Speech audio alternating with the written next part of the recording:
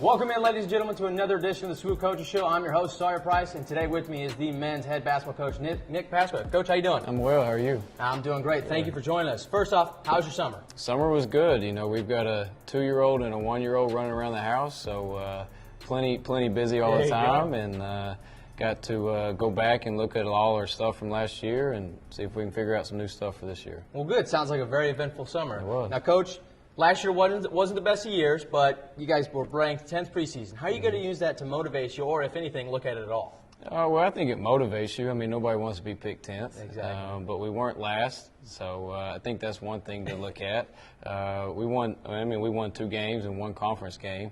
So I think there was a lot to build on last year. I know we had a chance to beat the team that won the league. They tipped one in at the buzzer to beat us, and then the team that won it the year before beat us in overtime. So, you know, down the stretch, I thought we had a lot to build on coming into this year. I thought we did some pretty good things in recruiting and kind of changed the look of our roster quite a bit. So, you know, I think it's motivation for our guys, and I think, you know, most of the time preseason polls are just based off of where you finished the year before anyways. Sure, yeah. Well, you mentioned recruiting, Coach. You guys have only 5 returning players, which leads to only 1 incoming freshman and then a bunch of transfers. Take me through how these guys are going to fill new roles throughout the season. Well, for us, it was important to recruit guys that came from winning programs. We didn't sign anybody that didn't play on a winning team last year, whether it was our high school team, JUCO team, or a 4-year D2 transfer.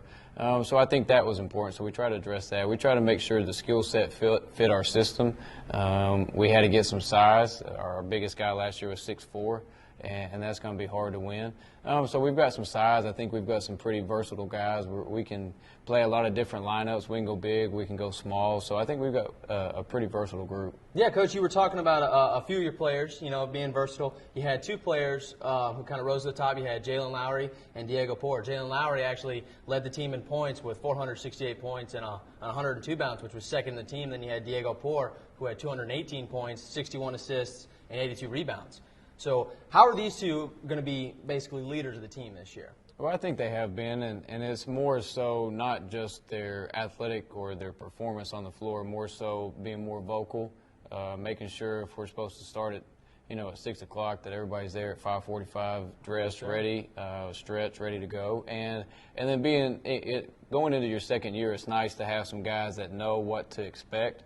And I'm not having to be the bad guy all the time. They can go help some of the new guys out, figure out what it is that I'm upset about or what it is that I want done better. And so that's been good. They've been really good at that and just coming and competing every day. Well, that's awesome, Coach. Great to see that things are working out so far. How's the fall kind of falling into place so far? I know practices are starting up, so how's that going so far? So we've been practicing officially for about 2 weeks now. We've got our last scrimmage this Saturday, and then we open up next Friday at Flagler.